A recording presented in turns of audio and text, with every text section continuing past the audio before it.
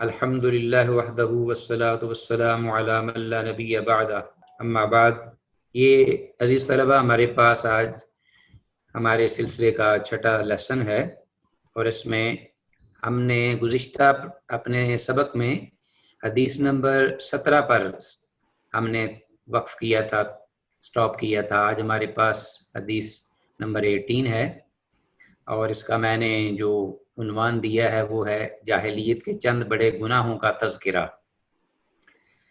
تو اس حدیث میں جو حضرت عبادہ بن صامت رضی اللہ تعالیٰ عنہ سے مروی ہے، وہ کہتے ہیں قال رسول اللہ صلی اللہ علیہ وسلم، رسول اللہ صلی اللہ علیہ وسلم نے ارشاد فرمایا، وَحَوْلَهُ إِصَابَةٌ مِّنْ أَصْحَابِهِ، اس حال میں کہ آپ کے پاس آپ کے صحابہ کرام میں سے ایک گروہ تھا۔ اصابہ جماعت کو کہتے ہیں، اور اسبہ یہ بھی ایسی مضبوط جماعت، گروہ جو کہ اکٹھی ہو ایک ہی مشن اور مقصد کے لیے۔ تو آپ کے صحابہ میں سے ایک جماعت تھی، تو آپ صلی اللہ علیہ وسلم نے انہیں شرف مخاطبت بخشا، فرمایا کہ بایعونی، میرے ہاتھ پر بیعت کرو، یعنی وہ بیعت میرے ہاتھ پر یعنی عہد و پیمان کرو، علی اللہ تشرکو، اس بات پر کہ تم ایک تو شرک نہیں کرو گے باللہ، اللہ پر، اللہ کے ساتھ، شیئن کچھ بھی، ولا تسرقو، اور نہ تم چوری کرو گے، ولا تزنو، اور نہ تم بدکاری کا ارتکاب کرو گے، ولا تقتلوا اولادکم، اور نہ تم اپنی اولاد کو قتل کرو گے، ولا تأتوا، اور نہ تم آؤ گے بے بہتان، ایسی اتہام تراشی، بہتان ترازی کو لے کر، تفترون، کہ تم نے انہیں اس بہتان کو گڑا ہوگا، تراشا ہوگا، بنایا ہوگا، بین ایدیکم، اپنے ہاتھوں کے سامنے، وارجلکم، اور اپنے پاؤں کے سامنے۔ یہ مراد ہے اس سے کہ تم نے اپنے تئیں، یعنی خود ہی اپنے طور پر اس کو بہتان کو بنا لیا ہوگا، کسی کی عزت پر ہاتھ ڈالنے کے لیے، اس کو ذلیل و خوار کرنے کے لیے۔ ولا تعصوا، اور نہ تم نافرمانی کرو گے، فی معروف، نیکی کے کاموں میں، نیکی کے کام۔ فمن وفا منکم، تو جو شخص جس نے پورا کیا، منکم، تم میں سے، یعنی اس عہد کو جو کہ میں عہد و پیمان یا تم سے بیعت لے رہا ہوں، تم میں سے جس نے اس کو پورا کیا، فاجرہ علی اللہ، تو اس کا اجر اللہ پر ثابت ہو جائے گا، یعنی اللہ کے یہاں اس کا اجر ہے۔ ومن اصاب من ذلک شیئا، تو جس شخص نے اس میں سے کوئی کوتاہی برتی، لفظی معنی ہے کہ جو شخص پہنچا من ذالک، اس عہد و پیمان سے، یعنی کچھ نقص، فالٹ یا عیوب کو یا نقصان کو، شیئن کچھ بھی، یعنی اس نے اس کو ملحوظ نہ رکھا، اس عہد و پیمان کو اس نے اس کو توڑا، فعوقب بہ فی الدنیا، تو پھر اس کو یعنی سزا بھی دے دی گئی، فعوقب، اسے سزا بھی دے دی گئی، بہی، اس گناہ کی پاداش میں، نافرمانی میں، یا اس عہد و پیمان کو توڑنے کے بدلے میں، فی الدنیا، دنیا میں، فہو کفارۃ اللہ، تو وہ سزا اس کے لیے کفارہ ہوگی، یعنی وہ اس کا جو گناہ ہے وہ سزا یا بیماری وغیرہ دھو ڈالے گی، فہو کفارۃ اللہ۔ ومن اصاب من ذلک شیئا، اور وہ شخص جس نے یہ جو مذکورہ یعنی ذکر کردہ جو معصیت کے گناہوں کے بڑے بڑے کام ہیں، ان میں سے کسی کا ارتکاب کیا، عہد و پیمان کا لحاظ یا بیعت کا لحاظ نہ رکھتے ہوئے، من ذلک شیئا، ثم ستر اللہ علیہ، اس گناہ کے باوجود اللہ نے اس کی پردہ پوشی کی۔ اب آپ کے سامنے یہ چیز سامنے آ گئی ہے کہ ایک وہ شخص ہے کہ جس نے کوئی گناہ کیا یا گناہ کر بیٹھا، تو اس کو اس کی دنیا میں سزا مل گئی، یعنی اس پر کوئی حد جاری ہو جائے یا اس کو کوئی بیماری آ لے، اس کے لیے کفارہ ہوگی۔ لیکن جس شخص نے ان گناہوں میں سے کسی کا ارتکاب کیا اور اللہ نے اس کی پردہ پوشی کر لی، فہو الی اللہ، تو اس کا معاملہ اللہ کی طرف ہوگا، ان شاء، وہ چاہے، اگر وہ چاہے، عفان ہو، اس کو معاف کر دے، یعنی سرے سے اس کو بخش دے، اس کا گناہ، اس سے مواخذہ نہ کرے، وَإِن شاء، اور اگر وہ چاہے،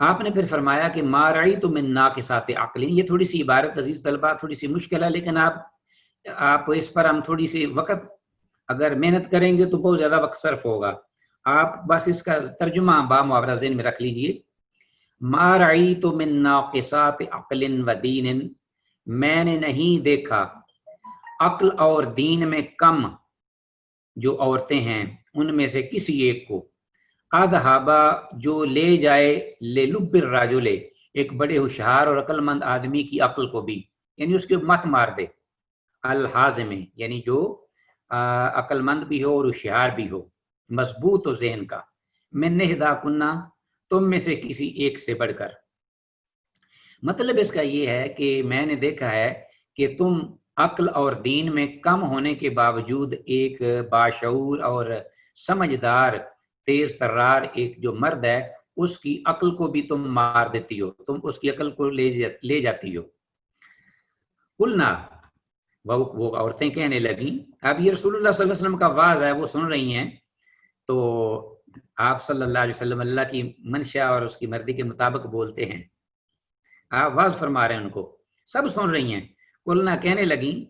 کہ اللہ کے رسول آپ نے یہ فرمایا کہ عقل میں بھی کمی ہے اور دین میں بھی کمی ہے، تو وما نقصان دیننا وعقلنا، ہمارے دین اور عقل کا کیا نقصان ہے، یعنی کس طرح ہم کم ہیں دین اور عقل میں مردوں کی نسبت. اب یا رسول اللہ، اللہ کے رسول صلی اللہ علیہ وسلم، قال آپ نے فرمایا، آپ نے پھر جواب میں یہ الفاظ ارشاد فرمائے، الیسا کیا نہیں، شہادت المرأۃ عورت کی گواہی، مثل مانند یا کی طرح یا مثل مانند، نصف شہادت الرجل ایک آدمی کی گواہی کی سے آدھی، کیا ایک آدمی کی گواہی سے آدھی عورت کی گواہی نہیں ہے؟ جیسا کہ وہ آیت مدینہ میں اس کی تفصیل ذکر کی گئی ہے، فَإِن لَّمْ يَكُونَا رَجُلَيْنِ فَرَجُلٌ وَامْرَأَتَانِ ممن ترضون من الشہداء ان تضل احداہما فتذکر احداہما الاخرى، کہ ایک مرد، اگر دو مرد نہیں تو ایک مرد اور دو عورتیں جو ہیں وہ گواہی کے طور پر لے لو. تو بہرحال یہ ڈیٹیل انشاءاللہ آپ آگے پڑھیں گے فقہ کی کتاب میں بھی تفاصیل جو ہیں. قلنا کہنے لگی، بلا کیوں نہیں اے اللہ کے رسول، بالکل ایسے ہی ہے. قال پھر کہا آپ صلی اللہ علیہ وسلم نے دوسرے سوال کا جواب، آپ نے فرمایا فذالک من نقصان عقلہا، کہ جب مرد کی اللہ نے مرد کی گواہی سے عورت کی گواہی کو نصف رکھا ہے یعنی ہاف رکھا ہے، تو یہ اس سے معلوم ہوا کہ عورت کی عقل میں کمی ہے، نقصان ہے. قال پھر آپ صلی اللہ علیہ وسلم نے دوسرے جواب سوال کے بارے میں فرمایا، الیسا کیا نہیں، اذا حادت جب پیریڈز آتے ہیں، ماہواری مینسز وغیرہ ایک خاتون کو جب وہ ایک ماہانہ پیریڈز میں ہوتی ہے،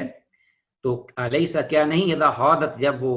اسے حید آتا ہے، لم تصلی تو نہ وہ نماز پڑھتی ہے، ولم تصوم اور نہ وہ روزہ رکھتی ہے. نماز اور روزے سے تو اس کو جو ارکان دین ہیں ان میں سے اس کو روک دیا گیا ہے، اور جبکہ دیگر بھی کوئی چیزیں ہیں مثلا قرآن مجید وغیرہ بھی ہاتھ لگا کر مصحف زیادہ تر. قلنا کہنے لگیں، بلا کیوں نہیں ہے اللہ کے رسول صلی اللہ علیہ وسلم. قال تو آپ صلی اللہ علیہ وسلم نے فرمایا، فذالک من نقصان دینہا، تو یہ پھر اس کا دین کا نقصان ہے، دینی نقصان. ظاہر ہے کہ جب نمازیں نہیں پڑھی، ہر کم از کم 7 دن تو کی نمازیں جو ہیں وہ 35 وہ عام ریشو کے مطابق وہ تو اس کی ہر مہینے سے گئیں، اور اسی طرح رمضان کے روزوں میں بھی اس کے روزے جو ہیں وہ بھی چلے جاتے ہیں اسی طرح، لیکن بہرحال اس کی وہ قضا دے لیتی ہے، تو یہ اس کے دین کا نقصان ہے، متفق علیہ. مزید طلبہ یہ دیکھیے ذرا اس سلسلے میں اختصار سے ہمارے پاس فوائد ہیں اس حدیث کی روشنی میں. پہلا ہے کہ مرد کے لیے پس پردہ خواتین کو بھی وعظ و نصیحت کرنے کا جواز، یہ جائز ہے کہ ایک مرد اگر عالم فاضل ہے، بڑا ہے، صاحب علم و فضل، تو وہاں اگر کوئی خاتون ایسی نہیں کہ جو دین کے اعتبار سے ان کے لیے کافی ہو، تو وہ پس پردہ خواتین کو پڑھا بھی سکتے ہیں اور انہیں دین کی تعلیم بھی دے سکتے ہیں، مسئلے مسائل بھی. رسول اللہ صلی اللہ علیہ وسلم نے آ کر اپنی امت کی جو خواتین تھیں ان سے مخاطب ہو کر یہ بات فرمائی۔ دوسرا، شریعت طاہرہ میں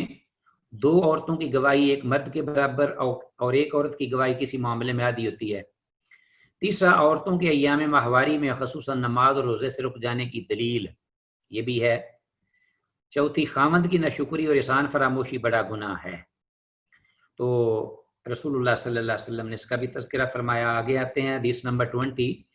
اس کا عنوان آپ کے سامنے ہے، اللہ جل شانہ کی بے ادبی اور گستاخی کے دو نمونے، والعیاذ باللہ۔ حضرت ابو ہریرہ حافظ الحدیث رضی اللہ تعالیٰ عنہ سے روایت ہے، قال، وہ کہتے ہیں، قال رسول اللہ صلی اللہ علیہ وسلم، اللہ کے رسول صلی اللہ علیہ وسلم نے ارشاد فرمایا، قال اللہ تعالی، اللہ تعالیٰ ارشاد فرماتا ہے۔ آپ عزیز طلبہ یہ دیکھیے، عام حدیث سے ہٹ کر یہ روایت، جب رسول اللہ صلی اللہ علیہ وسلم روایت کرتے ہیں اللہ تعالیٰ سے، اور اللہ کے رسول جب یہ بات فرماتے ہیں حدیث بیان کرنے سے پہلے کہ قال اللہ تعالیٰ یا یقول اللہ تعالیٰ یا فیما یرویہ عن ربہ تبارک و تعالیٰ، یہ بار بار حدیث قدسی میں ایسے الفاظ آئیں گے۔ اللہ تبارک و تعالیٰ فرماتا ہے، اللہ کے رسول فرماتے ہیں کہ اللہ تعالیٰ فرماتا ہے، اللہ تعالیٰ کے حوالے سے اللہ کے رسول یہ بات بیان فرما رہے ہیں، اسے کہتے ہیں حدیث قدسی۔ کیا اللہ تعالیٰ نے فرمایا کذبنی ابن آدم، کہ مجھے جٹلاتا ہے آدم کا بیٹا، کذبنی مجھے جٹلاتا ہے ابن آدم، آدم کا بیٹا، ولم یقل لہ ذالک، حالانکہ یہ اس کے لائق نہیں، یہ اس کو جائز نہیں، اس کے کہ وہ میرا مخلوق ہے میری اور میرا وہ بندہ ہے، تو مجھے جٹلاتا ہے، وشتمنی، اور مجھے گالی بھی دیتا ہے، برا بلا بھی کہتا ہے، الیاذ باللہ، وشتمنی ولم یقل لہ ذالک، اور اس کے لیے یہ جائز نہیں ہے، اس کے لائق نہیں ہے کہ وہ مجھے ایسے کہے، وہ میرا بندہ ہے، میں اس کا مالک ہوں، خالق ہوں، رازق ہوں، پروردگار ہوں، تو کیسے وہ مجھے جٹلاتا ہے اور کیسے وہ مجھے برا بھلا کہتا ہے۔ فَأَمَّا تَكْذِيبُهُ، تو اس کا جٹلانا اللہ کو، یعنی اس کا جٹلانا یا مجھے، تکذیبہ اس کا جٹلانا یا مجھے، خاص مجھے، فَقَوْلُهُ اس کی یہ بات ہے، اس کا یہ کہنا ہے کہ لن یعیدنی، کہ مجھے اللہ ہرگز نہیں لٹائے گا دوبارہ، کما بدعنی، جس طرح کہ اس نے مجھے پہلے پیدا کیا۔ یہ ہے جٹلانا اللہ کو، کہ اللہ مجھے دوبارہ پیدا نہیں کرے گا جس طرح اس نے مجھے پہلی دفعہ پیدا کر کے دوبارہ مارا، تو مارنے کے بعد دوبارہ مجھے نہیں اٹھائے گا۔ وَلَيْسَ أَوَّلُ الْخَلْقِ بِأَهْوَنَ عَلَيَّ مِنْ إِعَادَتِهِ، حالانکہ ولیسا، اور نہیں ہے، اول الخلق، پہلی مرتبہ پیدا کرنا اس آدمی کو، پہلی مرتبہ کی پیدائش کا عمل، بے احوانا، نہیں ہے زیادہ آسان یا ہلکا، علیہ مجھ پر، من اعادتہ، اس کو دوبارہ مار کر پیدا کرنا۔ اللہ نے فرمایا کہ دوبارہ مار کر پیدا کرنا یہ تو میرے لیے اور آسان ہے، پہلی بار جو اس کو مار کر پیدا کرنا تھا یہ میرے لیے، پہلی بار اس کو زندہ کرنا اور شکم مادر سے پھر اس کو زندہ، یہ میرے لیے زیادہ مشکل تھا بظاہر جو دیکھا جائے، ایک بار ایک کام ہو جائے اس کو دوبارہ کرنا یہ ایزی ہے، میرے لیے ایزیسٹ ہے۔ وَأَمَّا شَتْمُهُ یا اور جہاں تک تعلق ہے کہ اس کا برا بلا کہنا، مجھے گالی دینا، یا مجھے، فَقَوْلُ، تو اس کا یہ قول ہے، اس کی یہ سٹیٹمنٹ ہے، کیا اس کا یہ کہنا ہے، اتخذ اللہ ولدا، کہ اللہ کی اولاد ہے، اللہ نے بیٹا بنایا، الیاذ باللہ۔ وَأَنَا الْأَحَدُ الصَّمَدُ، حالانکہ میں، انا الاحد، یکتا ہوں، الصمد، بے نیاز ہوں، الذی، وہ ذات ہوں، لم الد، نہ میں نے کسی کو جنا، ولم اولد، اور نہ میں خود جنا گیا، نہ میرا کوئی باپ اور نہ میرا کوئی بیٹا، ولم یکن لی کفوا احد، اور میرا کوئی برابری کرنے والا اس معاملے میں نہیں، میرا کوئی ہمسر نہیں۔ تو یہ عزیز طلبہ حدیث ہے، اس میں جو فوائد ہیں وہ یہ ہیں، نمبر 1، اللہ جل شانہ کی صفت احیاء کا انکار، کہ اللہ زندہ کرتا ہے، وہ یحیی و یمیت ہے، اس کا انکار کر دینا سرے سے اس کو جٹلانے کے سملر ہے، یعنی اس کے مترادف ہے۔ دوسرا عزیز طلبہ یہ فائدہ ہے کہ اللہ تعالیٰ کی اولاد کا اثبات، کہ اللہ تعالیٰ کی اولاد ہے، حقیقت میں اللہ تعالیٰ کو نعوذ باللہ گالی دینے کے مترادف ہے، ولیعوذ باللہ۔ اور تیسرا یہ کہ قبل از اسلام مشرکین میں یہ دونوں باطل عقیدے رواج پا چکے تھے۔ مشرکین جو ہیں وہ بڑے بانگے دہل اور للان یہ کہتے تھے اللہ کی بیٹیاں ہیں، جیسا کہ قرآن مجید میں اس کا ذکر ہوا ہے۔ اور اس طرح یہود و نصارہ بھی اسی طرح کا عقیدہ رکھتے تھے، وقالت الیہود عزیر ابن اللہ وقالت النصارى المسیح ابن اللہ۔ اور اللہ کی اولاد قرار دینا یہ شرک کی انتہائی قبیح ترین یہ ایک مثال ہے یا صورت ہے۔ آتے ہیں آگے ہمارے پاس عزیز طلبہ، کل کی سبق کے حوالے سے جو احادیث ہم نے ڈسکس کی اور پھر آج کچھ حدیثیں 3 ہم نے ابھی تک پڑھی ہیں، مطالعہ کی ہیں، تو ان احادیث کے حوالے سے یہ 5 سوالات میں نے کہا تھا کہ ہر ہمارا جو پیریڈ ہوگا اس کے اینڈ پہ ہلکے پھلکے 5 سوالات ان احادیث سے متعلقہ آپ کے سامنے رکھے جائیں گے، تو خاص طور پر ان سوالات کو آپ نوٹ کر لیا کریں اور آپ ان کو ذہن میں رکھیں۔ پہلا سوال ہے، حدیث کے مطابق اللہ تعالیٰ کے ہاں دور اجر کے مستحق کون سے 3 قسم کے لوگ ہیں؟ ہم نے ڈسکس کر لیا ہے۔ دوسرا، حدیث میں مذکور الفاظ اللہ بحق الاسلام، اسلام کے حق سے کیا مراد ہے یہاں؟ اور تیسرا سوال، اخروی نجات کے لیے کم از کم کن اعمال کی بجاوری ضروری ہے؟ کم از کم کہ انسان جو ہے وہ نجات پا جائے، کامیاب ہو جائے۔ چوتھا سوال، وہ کون سے بڑے گناہ ہیں جو عہد جاہلیت میں پھیل چکے تھے؟ یہ آج ہم نے پڑھا ہے۔ اور پانچواں سوال، رسول اللہ صلی اللہ علیہ وسلم کے فرمان قل آمنت باللہ ثم استقم کی وضاحت کریں۔ تو آتے ہیں اللہ کی توفیق سے اپنے آج کی اصل میں نئے سبق کی پہلی حدیث جو ہے 21 ہمارے پاس ہے، اور میں یہ آپ کو بتانا چاہوں گا کہ سسٹم کی خرابی کی وجہ سے جو کچھ اپنا کچھ ہو رہا ہے ہمارے سبق میں، کچھ حرج، اس کا ازالہ ہم انشاءاللہ کوشش کریں گے کہ تھرسڈے کو کچھ حدیث جو رہ جائیں گی انشاءاللہ، ہمارے پاس کچھ ٹائم ہوتا ہے اس کے لیے آپ پوری تیاری کر کے آنا۔ باقی یہ جو حدیثیں ہم کچھ پڑھ چکے ہیں یا نہیں کچھ مسنگ ہو گئی ہے بعض طلباء سے، انشاءاللہ وہ ہمارے پاس یہ پورا سلائیڈز موجود ہیں اور ہم سیو کرتے جا رہے ہیں اور ان کو آپ تک پہنچائیں گے۔ ضرورت اس بات کی ہے کہ استاد سے براہ راست جو پڑھا جائے اس کی کوئی بات ہی اور ہے۔ تو آتے ہیں 21 حدیث ہے حضرت عبداللہ ابن عباس رضی اللہ تعالیٰ عنہما کی یہ روایت۔ یہ پچھلی حدیث جو عزیز طلبہ جو حدیث نمبر 20 ہم نے پڑھی ہے اسی کا ہی ایک حصہ ہے حضرت عبداللہ بن عباس رضی اللہ عنہما کے حوالے سے کہ وَأَمَّا شَتْمُهُ إِيَّايَ، کہ اللہ رب العالمین کا یہ فرمانا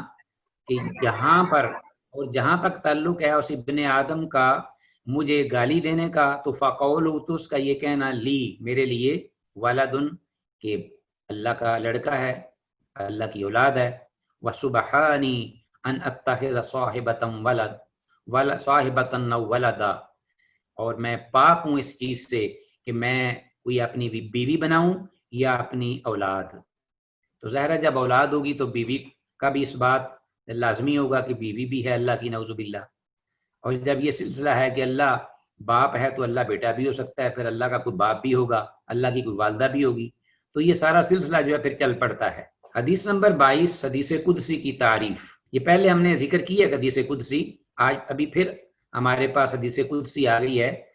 حضرت ابو ہریرہ وعن ابی ہریرہ رضی اللہ تعالی عنہ قال قال رسول اللہ صلی اللہ علیہ وسلم، حضرت ابو ہریرہ رضی اللہ عنہ سے روایت ہے کہ رسول اللہ صلی اللہ علیہ وسلم نے ارشاد فرمایا، قال اللہ تعالی، اللہ تعالیٰ فرماتا ہے، یؤذینی ابن آدم، یؤذینی ابن آدم، کہ مجھے ایذا دیتا ہے، هذا یؤذی باب فعل، مجھے ایذا دیتا ہے، تکلیف دیتا ہے، ابن آدم، آدم کا بیٹا۔ کس طرح تکلیف دیتا ہے؟ یسب الدہر، کہ وہ زمانے کو گالی دیتا ہے، یسب الدہر، وانا الدہر، حالانکہ میں زمانہ ہوں، بیدی، میرے ہاتھ میں، میرے قبضہ قدرت میں، الامر، ساری کائنات کا معاملہ ہے، اختیار ہے، تصرف ہے، اقلب اللیلہ، میں ہی بدلتا ہوں، پلٹاتا ہوں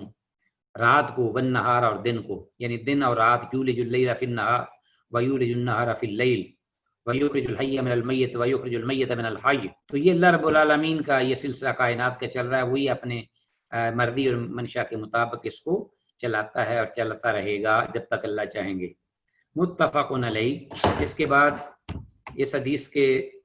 تحت ہمارے پاس کچھ فوائد و مسائل ہیں۔ عزیز طلبہ، یہ حدیث قدسی کہ جسے رسول اللہ صلی اللہ علیہ وسلم اللہ تعالیٰ سے روایت کریں، یہ میں ڈیفائن کر رہا ہوں، اس کو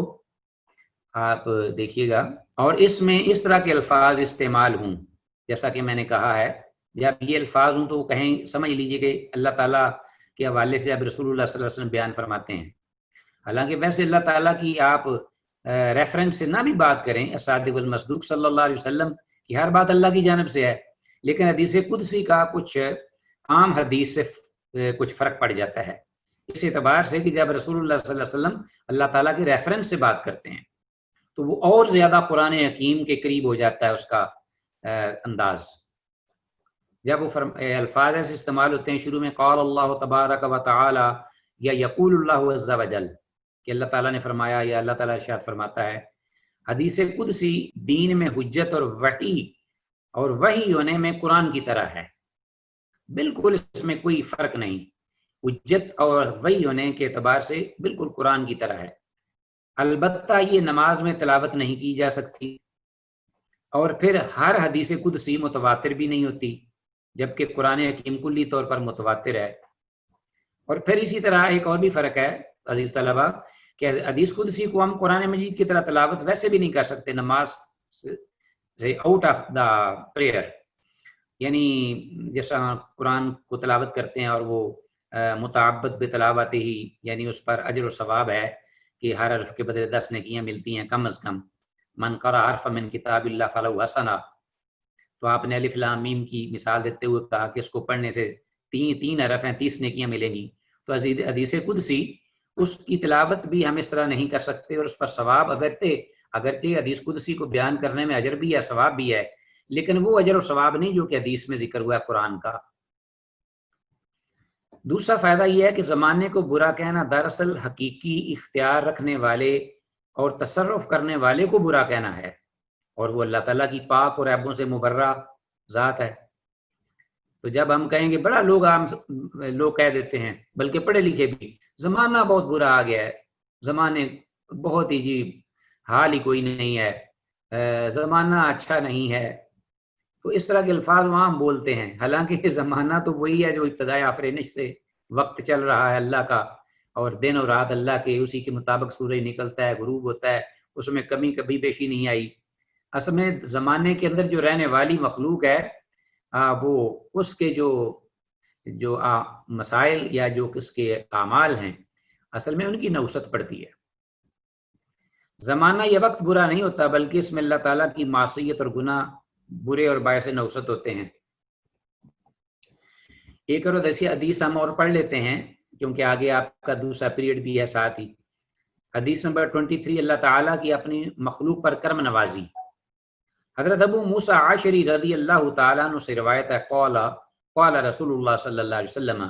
ما احد، اللہ کے رسول صلی اللہ علیہ وسلم نے فرمایا کہ کوئی ایک بھی اصبرا، زیادہ صبر کرنے والا نہیں، علی اذن، کسی بھی تکلیف پر، یسمعہ، کہ وہ اس تکلیف کو سنے اور سمجھ بھی لے کہ یہ تکلیف آئی ہے مجھے، یا میرے لیے ہے، یا میرے بارے میں ہے، من اللہ تعالی، اللہ سے بڑھ کر۔ اصل میں عبارت تھی ما احد اصبر من اللہ، ما احد اصبر من اللہ، کوئی ایک بھی زیادہ صبر کرنے والا نہیں اللہ سے بڑھ کر، علی اذن، کسی بھی تکلیف پر، کہ جب وہ اس تکلیف کو سنتا ہے، یدعون لہ، کون سی تکلیف؟ یدعون لہ، کہ وہ لوگ جو ہیں وہ کہتے ہیں لہ الولد، کہ اللہ کا بیٹا ہے۔ تو صبر کی کیا اپنا ہے اس میں دلیل کہ اللہ سے بڑھ کر کوئی ایسی تکلیف پر صبر کرنے والا نہیں۔ آپ کسی مخلوق کو کوئی اتنی بات کہہ کے دیکھیے کہ تو اپنے باپ کا نہیں، تو اپنی ماں کا نہیں، تو آپ ذرا دیکھیے کہ اس کا انجام کیا ہوگا۔ اب اس کا انجام جو وہ کہنے والے پر ہے، اس کا نتیجہ وہی بھگتے گا۔ مخلوق اس کو برداشت نہیں کر سکتی، شراکت کو۔ تو اب یہ اللہ یہ کیسے شراکت کو برداشت کرے گا جو خالق ارض و سما ہے، کہ اس کی اولاد کو ہم جب کہیں گے کہ اس کی اولاد ہے تو اور بہت کچھ ماننا پڑے گا مخلوق کی طرح اللہ کے لیے۔ لیکن اللہ اس تکلیف کو سہ کر بھی پھر کیا کرتا ہے، ثم یعافیہم، ان کو عافیت بھی دیتا ہے مشرکوں کو، ویرزقہم، اور ان کو رزق بھی دیتا ہے۔